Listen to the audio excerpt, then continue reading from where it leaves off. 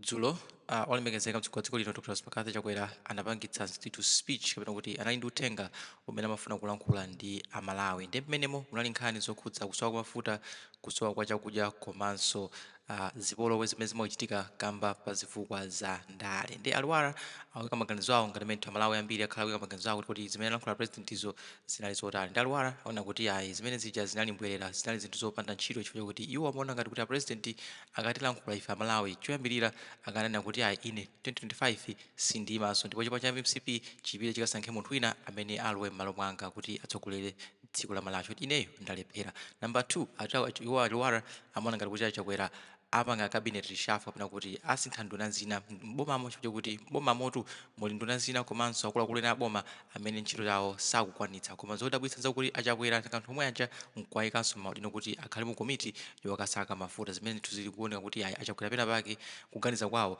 sakuganiza bwinobwino. Ndati limodzi kuti tivoli Lwara akuti bwanji pa za speech imene ndithu president anapereka kuti ndwana Malawi dzulo pa 27 November 2024 pano pa Nyasa VoiceBox. Yes, comrade. Good morning, everyone. Mwaswera bwanji kapena mwasuka bwanji. Comrades, ndikuyamba ndikuseka ngati mene ndayambira zulu. Speech ya president mwaimva. I predicted this speech ayankhula chani kuti ndwa Malawi Chakwera. I said this. What is he going to tell us? Every day this man is ever on television. Is ever on the move. Amangoenda. He's a person very unpredictable. He's a person, he's an irritating, arrogant. This man. Chakwera nakuna zona Chakwera. On serious note, he does not deserve to continue leading us as a country with these crises that we're facing or we're getting through. Zidakanika. What is there in the speech? What we're expecting most of us, Timagamuna, one, he's going to say that Sazaima by 2025. Pazisango. Therefore, chipani cha MCP chipitaso convention. 2. Timagaza tifa kuti apanga cabinet reshuffle. Shufwa wati Amalawi ambiri chiweti kona mu cabinet ya Chakwera uje mu boma la Chakwera. Ma ministers ake sakugwira ntchito to try to help him solve out or sort out these challenges that we're facing in the country. Koma instead, anthu mati mina achosama mu cabinet yo waika committee yokafuna mafuta kapena committee yoti ione mafuta aku Malawi kuti how best we can sort out zimene zikutivuta on our daily basis. Sana panga zimene zozo. So Mr. Chakwera, I will not call him doctor today. He's Mr. Chakwera. Mr. Chakwera has got very poor judgment and decision making. Very, very poor. Chakwera zimene mapanga nthawi zina akamali Dr. Lazarus Chakwera pena mangoti kodi doctor wake unachoka pati. Akanapanga speech yoti Amalawi tikhale ngati tibe. And he's saying things that is umangoti pesa ntima basi. We can't keep for a speech sisi zanalija. Kumadikira speech yake ngati imene ayankhula lero acha. Ayankhula zulo usiku Chakwera. It's quite deplorable. It's quite insane. Kwa kuchoka kwa president kumayankhula zinthu zimene zicha. Amalawi zanga sit down Malawians. Mafuta amene tukuma nawo. They don't need that type of speech. It's a hopeless speech. It's a blank speech. Irritating speech. Useless speech.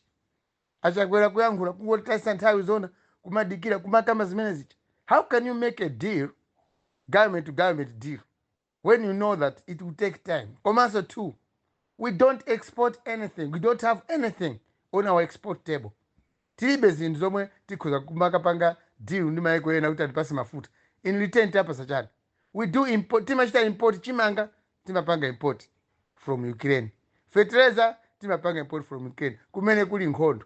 If we have got nothing, what are we going to take to another government to come up with a deal kuti atipase mafuta? And how long is that deal going to take? Ndivuto mentino panopa. Because mafuta akusowa panopa nuku kama yonchi. Magamoto ali mafin station mafuta kulibi. What deal is he going to make?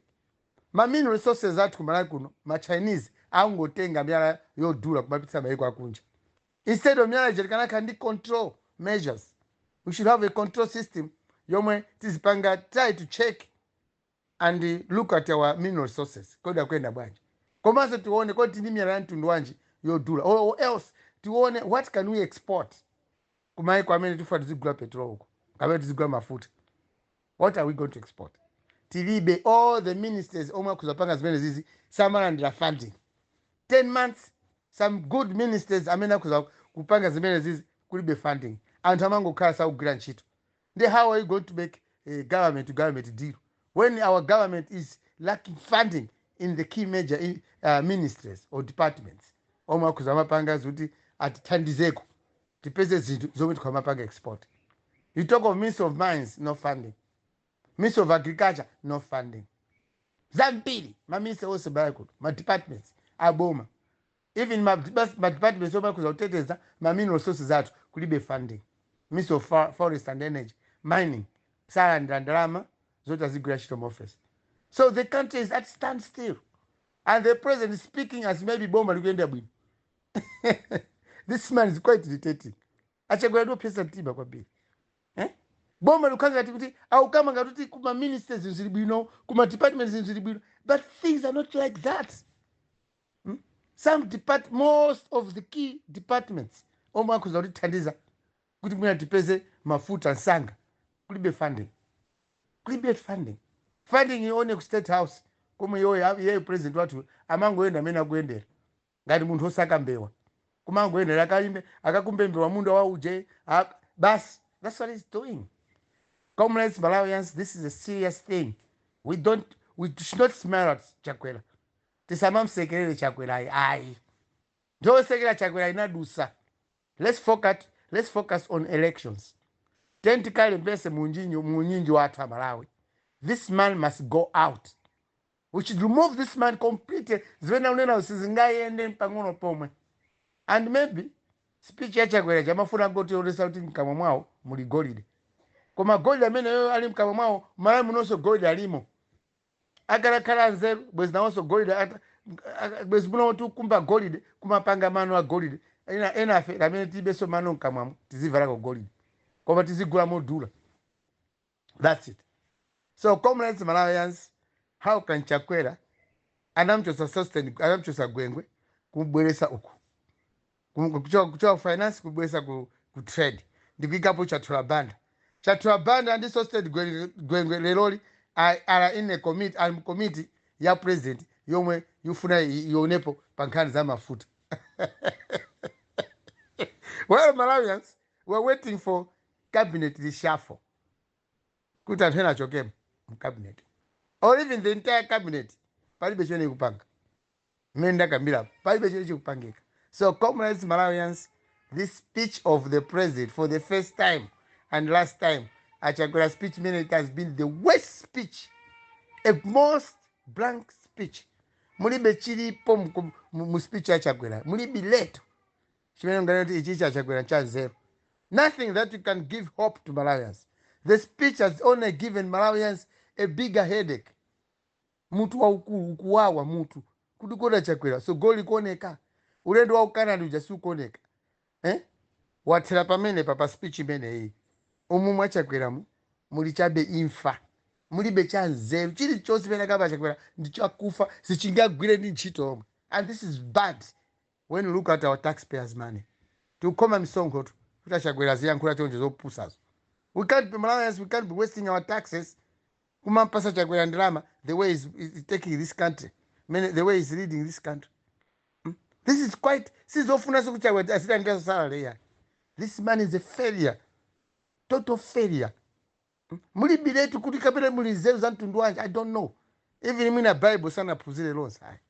Mutu wao suma puzila china chili. Palibe chipuzilo choma unga tengeko kwa Chakwera.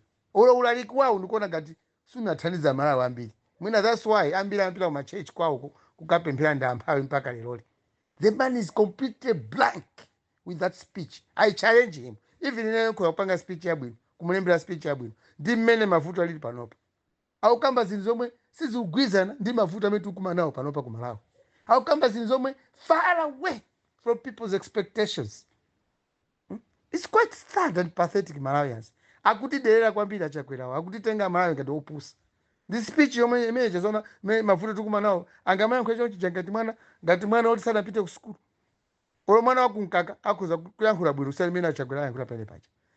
that speech imene apereka zuwa Chakwera ku MCP kumuuzane ngati mukusapota ena amene masalo Chakwera ku MCP nonse ndizisiru si speech imene kuti munthu ungauza Malawi hayi ani Chakwera makanga ngati mboma mwake mulibe anthu ophunzira mboma leche kwa anthu ophunzira kapena anthu ophunzira safuna kumthandiza anamtulukira kuti mwina ndi wa mwana oti amene that speech was useless.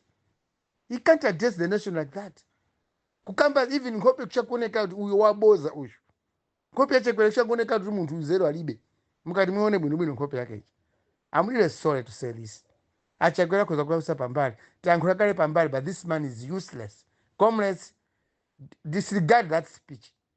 Zonse yanena Chakwera sadanenepo china chicho cha zero. Forget about him. Tetiko mchosamo kalembeseni munjinyi wanu uyu achoke uyu 2025 akutayisa Nthawi kwa basi. Zikomo and good morning.